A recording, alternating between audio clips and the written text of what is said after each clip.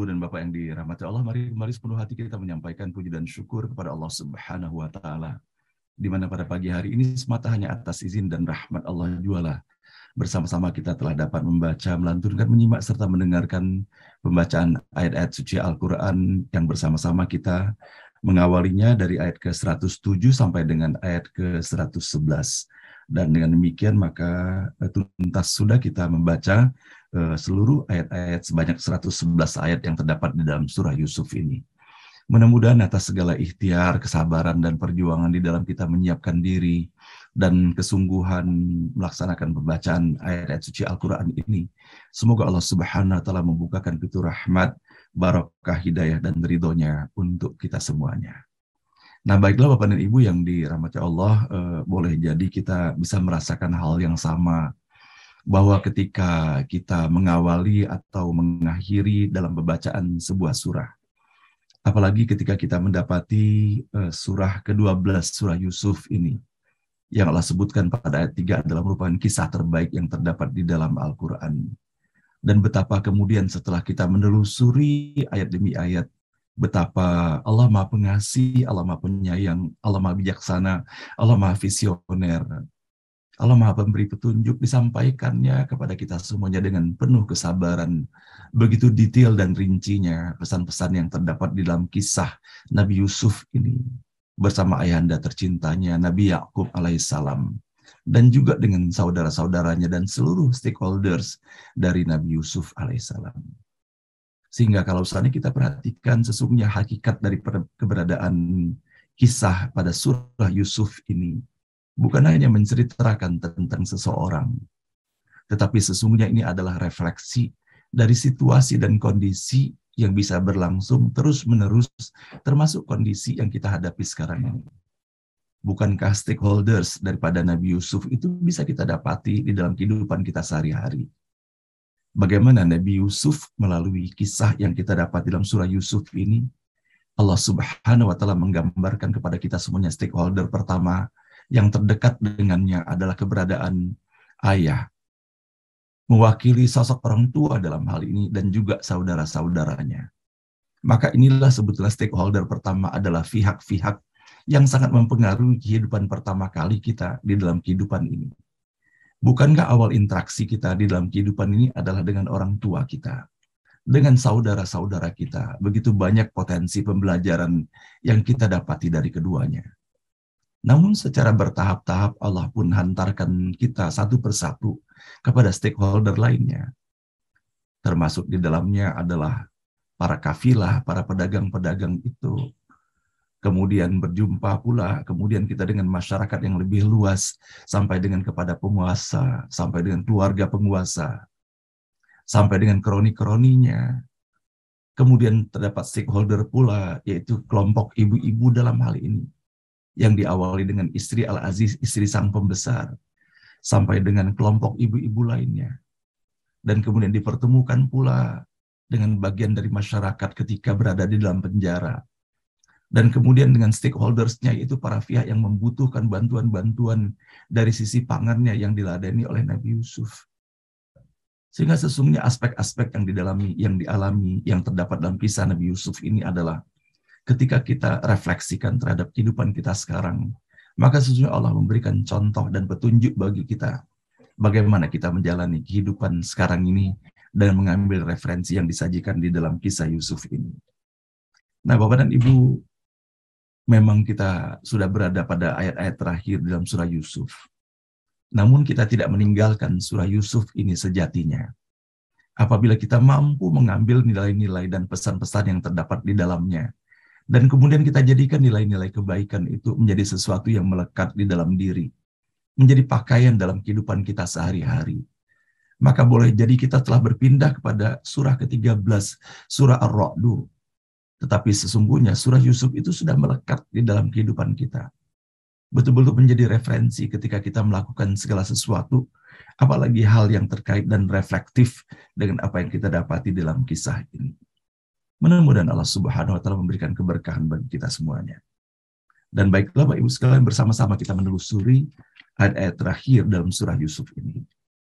A'udzubillahi minasyaitonirrajim. Aku berlindung kepada Allah dari segala godaan syaitan yang terkutuk.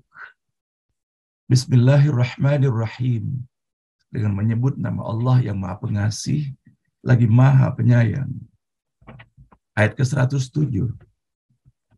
Afa aminu an ta'tiyahum ghasyatun min adzabillah aw ta'tiyahumus sa'atu baghtatan wa hum la yash'urun.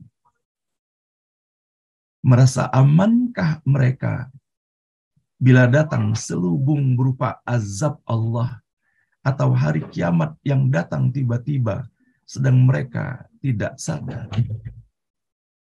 Ayat ke-108. Qul hadhihi sabili ad'u ilallah. Katakanlah, inilah jalanku. Aku mengajak kepada Allah. Ala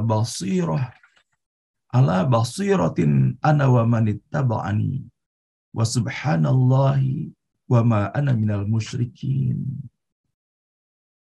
Dengan bukti nyata, yaitu seperti dilihat mata. Aku dan siapa yang mengikutiku. Maha suci Allah, dan bukanlah aku dari golongan musyrik. Ayat 109. Wa ma arsalna min qablika illa rijalan nuhi ilaihim min ahlil qura. Dan kami tidak mengutus siapapun sebelummu selain manusia yang kami beri wahyu dari penduduk kota. Afalam yasiru fil ardi fayanzuru kaifa kana aqibatul ladzina min qablihim. Tidakkah mereka mengadakan perjalanan di muka bumi lalu melihat bagaimana akibatnya orang-orang sebelum mereka? Waladarul akhirati khairul lil ladzina taqaw. Tetapi tempat tinggal hari kemudian lebih baik bagi mereka yang bertakwa. Afala ta'qilun. Tidakkah kamu memahami? Ayat 110. Hatta idza stai'asar rusulu wa dhannu annahum qad kudzibu ja'ahum nasruna fanujjiya man nasya.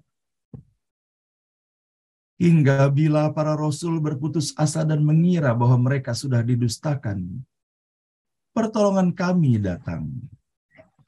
Maka siapa yang kami kehendaki, kami selamatkan. Wala yuraddu ba'suna anil qaumil mujrimin. Tetapi hukuman kami tidak akan lepas dari golongan orang yang melakukan perbuatan jahat. Ayat terakhir 111. Laqad kana fi qasasihim ibratul liulil albab. Sesungguhnya dalam kisah-kisah mereka terdapat suatu pelajaran bagi orang yang arif. Maka kana haditsan yuftara walakin tasdiqal ladzi baina yadayhi wa tafsila kulli syai'in wa hudaw wa rahmatan liqaumi yu'minun. Ini bukan cerita yang diada-adakan, melainkan suatu penegasan pada yang sebelumnya. Suatu perincian tentang segala sesuatu dan suatu petunjuk dan rahmat bagi kaum yang beriman. Shadaqallahul azim. Maha benar dan maha agung Allah dengan segala firman-Nya. Ibu dan bapak yang dirahmati Allah, kembali kita bisa mendapati bahwa Allah lah yang maha penyusun strategi terbaik itu. Dan Allah yang maha mengatur. Dan Allah maha pemberi petunjuk. Dan bahwa betapa sesungguhnya pada setiap rangkaian ayat yang kita dapati ini, terasa benar tali temali saling menguatkan antara satu dengan yang lainnya. Sebagaimana kita dapati pada ayat ketiga di dalam surah Yusuf ini ketika Allah menyampaikan bahwa ini adalah merupakan kisah terbaik yang disajikan di dalam Al-Quran ini. Namun Allah mengingatkan kepada kita semuanya bahwa kisah yang bukan hanya menyangkut kisah Nabi Yusuf ini, tetapi juga kisah pada Nabi dan Rasul lainnya dan khususnya dalam sejarah perjalanan kehidupan Rasulullah Shallallahu Alaihi Wasallam. Bukan hanya sekedar kisah, sebagaimana halnya begitu banyaknya kisah-kisah ataupun cerita-cerita yang kita bisa dapati di dalam kehidupan ini. Namun Allah mengingatkan bahwa kisah ini baru memberi arti, baru memberi makna, yaitu kepada orang yang arif, yaitu kepada mereka ulil albab, yang mereka menggunakan zikir dan fikirnya sebagai bagian dan cara untuk bisa memaknai dan menyikapi penyikapan yang terbaik di dalam kehidupan ini. Maka ketika kita berbicara dan mendapati di dalam ayat ini bahwa kisah-kisah ini hanya merupakan pembelajaran bagi ulil albab, mengingatkan kepada kita semuanya bagaimana Allah telah menyampaikan hal ini ketika dahulu kita membaca pada ayat 190 pada surah Ali Imran itu. Inna fi khalqis samawati wal ardh wa ikhtilafil laili wan nahar la ayatil liulil albab. Bahwa sesungguhnya dalam penciptaan langit dan bumi dan bergulirnya siang dan malam itu terdapat tanda-tanda, terdapat simbol-simbol, marka-marka, pesan-pesan. Tetapi pesan itu hanya bisa diketahui, hanya bisa bermakna bagi ulil albab, yaitu bagi orang yang arif dan berusaha mengasah kearifan di dalam kehidupannya. Melihat segala sesuatu, tidak hanya melihat apa yang nampak pada kasat mata, tetapi berupaya menyelami makna yang secara hakiki terdapat pada sesuatu yang boleh jadi hanya merupakan awal dari apa yang kita lihat pada mata kepala kita itu. Ketika kita melihat sebuah apel, tentunya tidak hanya membayangkan bahwa betapa lezatnya apel itu, dan betapa cocoknya kalau sana itu kita gunakan dan kita asup, dikarenakan mengandung gizi yang luar biasa misalnya di dalamnya.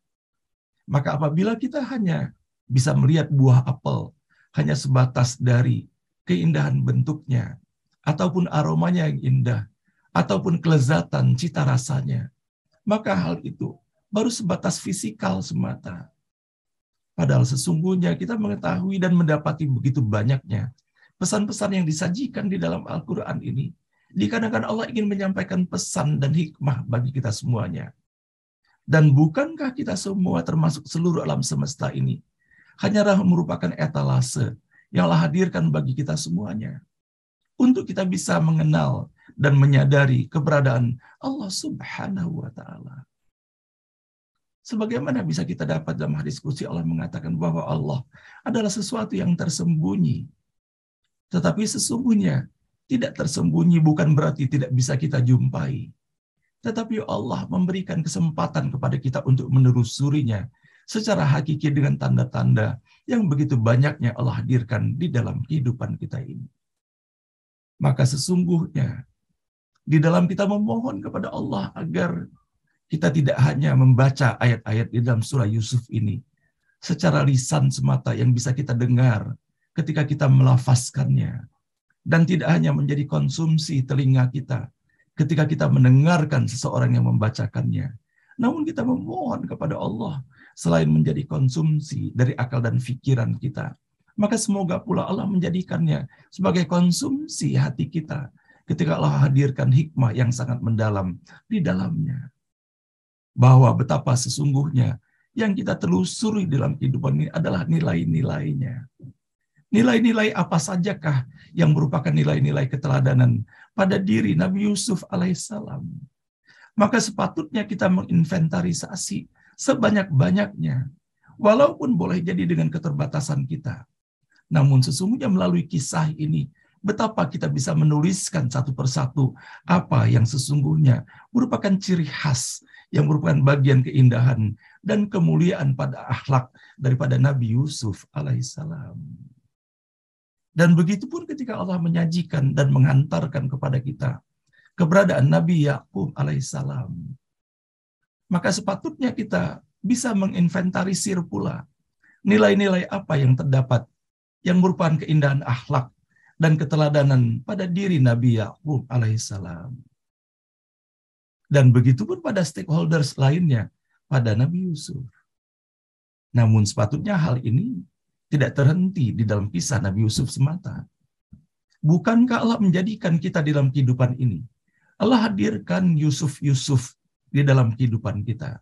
Allah hadirkan pula Yakub di dalam kehidupan kita. Bukankah kita memiliki putra atau putri? Dan sesungguhnya Nabi Yusuf sebagaimana halnya ketika Allah menghadirkan Nabi Ismail di dalam kehidupan ini adalah merupakan contoh dan simbol daripada putra-putra, putra-putri, ataupun anak-anak kita, ataupun kader-kader dan generasi kita ke depan. Maka sepatutnya generasi kita ke depan adalah generasi yang memiliki karakter sebagaimana diantaranya dimiliki oleh Nabi Yusuf, dimiliki oleh Nabi Ismail, dimiliki oleh Nabi Musa, dan dimiliki oleh Nabi Muhammad Sallallahu Alaihi Wasallam. Nah, dalam hal ini, Bapak Ibu sekalian, sampai sejauh mana sesungguhnya kita bisa melihat keberadaan putra dan putri kita? Apakah kita hanya sebatas melihat mereka secara fisik semata? Bahagia kita ketika melihat mereka sehat walafiat. Bangga kita ketika melihat bahwa Allah hadirkan mereka dalam paras yang ganteng ataupun cantik dan menarik pandangan mata.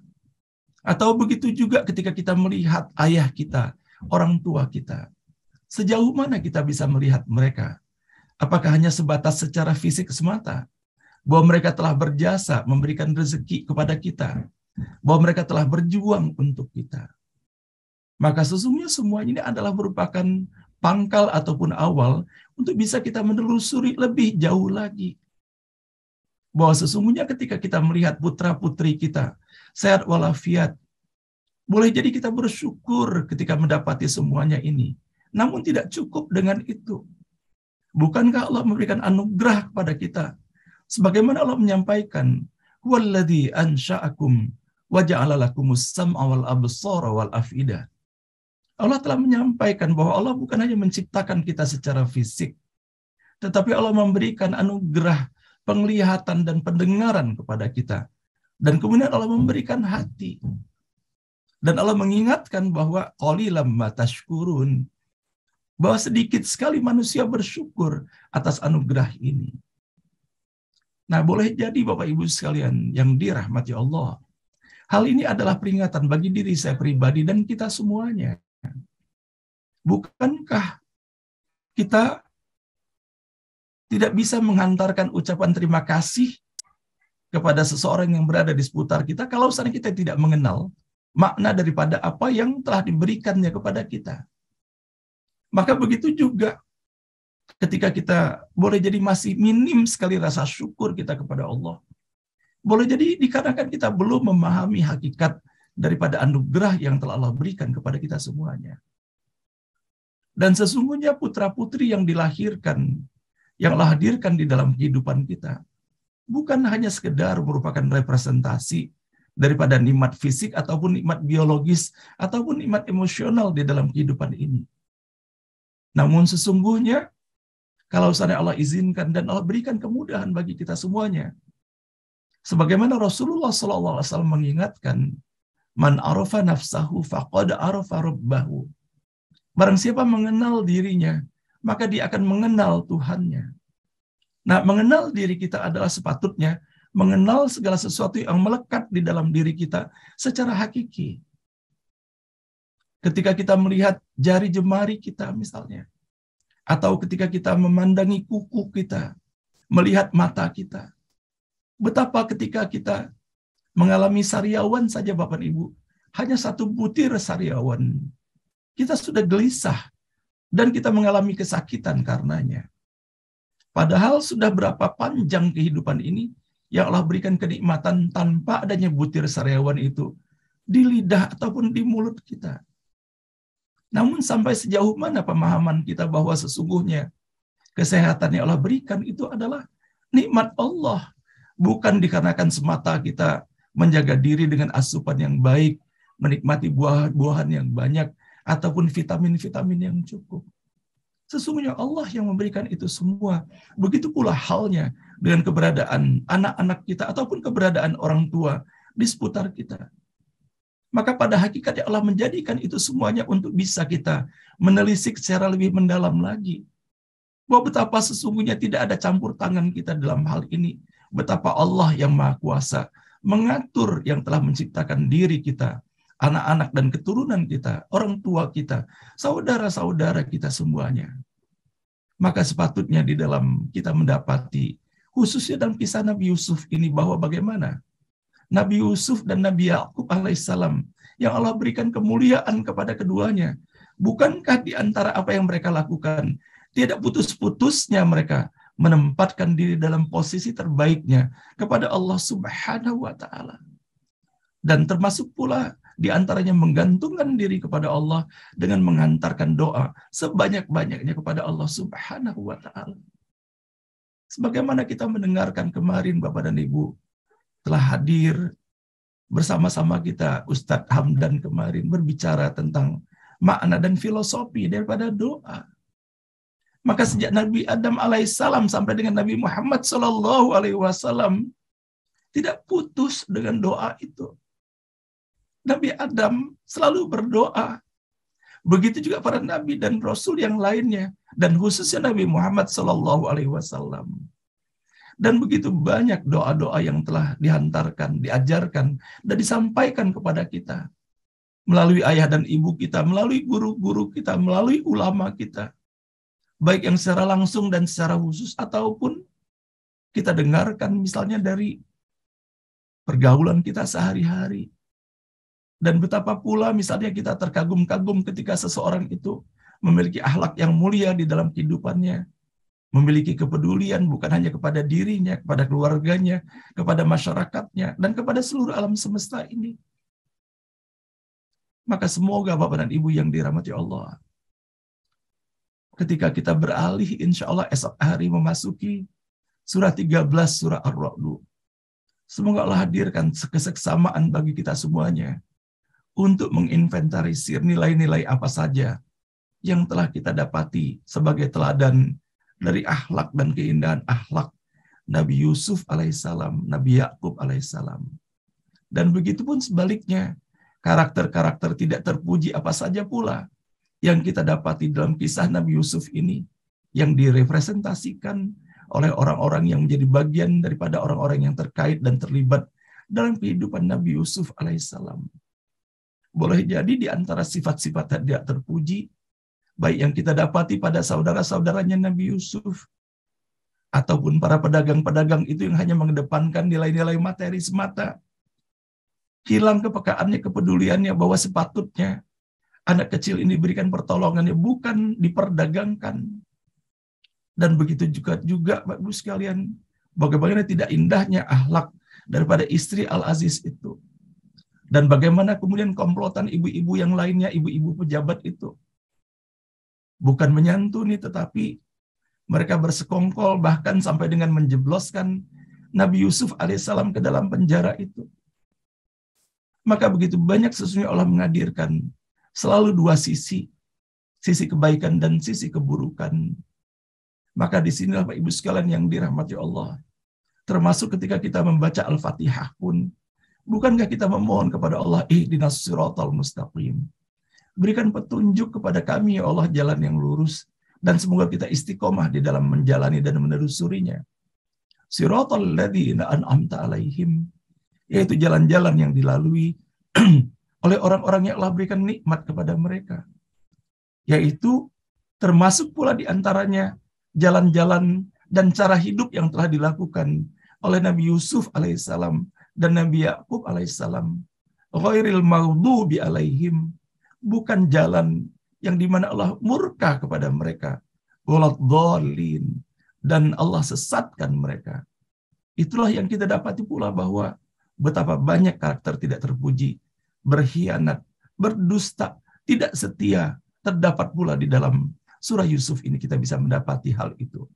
Nah, semoga Ibu sekalian yang dirahmati Allah, mudah-mudahan melalui setiap huruf, setiap kata dan ayat yang kita dapati dalam sepanjang surah Yusuf ini, dan semoga pula ketika Allah menutupnya dengan laqad kana fi qasasihim ibratul liulil albab. Semoga kita semuanya atas izin dan rahmat Allah Dengan segala kekurangan dan kelemahan kita, Bapak dan Ibu, semoga Allah bimbing kita. Allah kuatkan batin kita. Allah rahmati kita. Allah lindungi kita. Agar kita benar-benar menjadi bagian dari ulil albab yang disebutkan pada ayat terakhir yang merupakan pamungkas dari pesan-pesan yang terdapat di dalam surah Yusuf ini.